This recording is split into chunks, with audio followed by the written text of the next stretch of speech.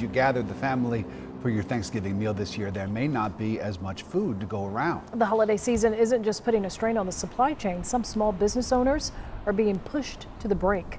CBS 46 anchor Tracy Hutchins shows us they just don't have enough employees to meet the increasing demand. Yeah, Sean and Rick, it all trickles down. The Metro Atlanta woman I met today is trying to hold on to a business that she grew from the ground up. But the great resignation and increasing post-pandemic demand have made that ground shakier than ever.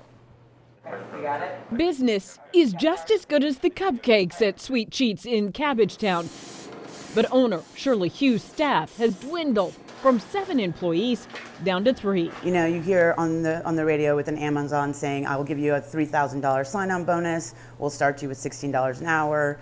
And that's for the little guys, that's impossible for us to do. Hughes says she's raised pay rates, but just can't find enough skilled workers. We're also tired because we're also making up for the lack of work, and we're frustrated. We've gone through COVID just like everybody else, but we're having to hang on as much as possible and be that 4th, 5th, 6th employee, if not all 3 of those together. Making it difficult to fill some 200 pie orders for Thanksgiving. It is a link in an already strained supply chain.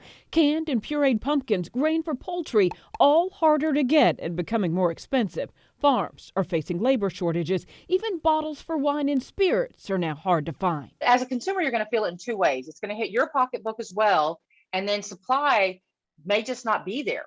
So we may see a lot more gift cards for come back after the season's over, not just for baked goods, but it could be for a lot of other products as well.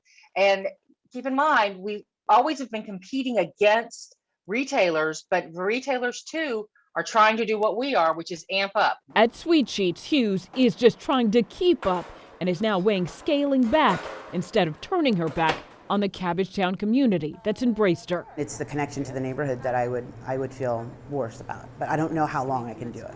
Write that out.